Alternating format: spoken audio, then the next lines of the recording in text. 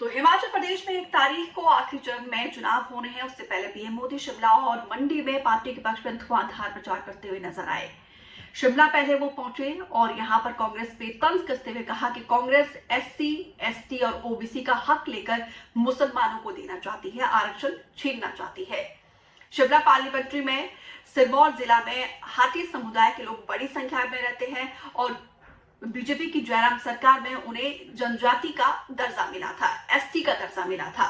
और हालांकि अब ये मामला कोर्ट में लटका हुआ है, उन्हें भी साधने की यहाँ पर कोशिश की गई। उसके बाद से सुक्खू सरकार पर निशाना साधा। पीएम मोदी ने कहा कि सुक्खू सरकार ने 1.5 साल में कोई भी काम पूरा नहीं किया है, कोई भी वादा पूरा नहीं किया है।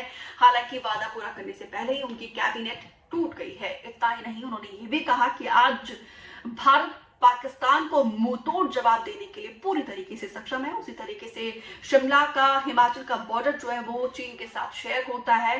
तो जैसे पाकिस्तान से लड़ने में पूरी तरीके से सक्षम है, उसी तरीके से चीन से भी आंख से आंख डालकर बातचीत करने के लिए, उसके हर एक सवाल का जवाब देने के लिए, उसकी हर एक चुनौती से निपटने के लिए तैयार है। ये भी पीएम मोदी बोलते हुए नजर आया। उसके बाद वो मंडी पहुंचे और मंडी में भी उन्होंने जबरदस्त माहौल बनाया और सबसे पहले वो पालमपुर का उन्होंने जिक्र किया। हालांकि पालमपुर जो है वो कांगड़ा पार्लियामेंट्री में आता है, वो इलाका। उन्होंने कहा कि पालमपुर में राम जन्मभूमि का संकल्प लिया गया था जब वो हिमाचल के प्रभारी हुआ करते थे।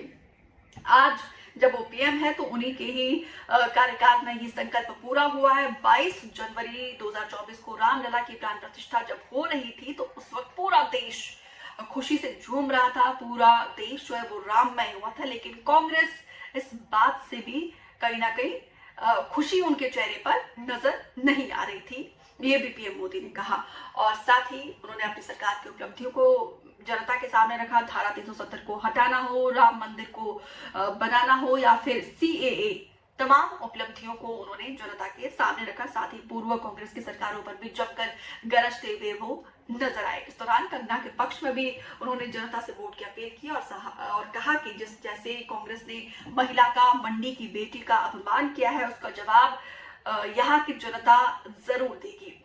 4 तारीख को नतीजे आने वाले हैं। 4 तारीख को स्पष्ट होगा कि इन दोनों सीटों पर, हालांकि हिमाचल की 4 सीटों पर किस तरीके से नतीजे आते हैं, लेकिन हाई प्रोफाइल सीट मंडी बनी हुई है, ना सिर्फ प्रदेश में बल्कि पूरे देश में।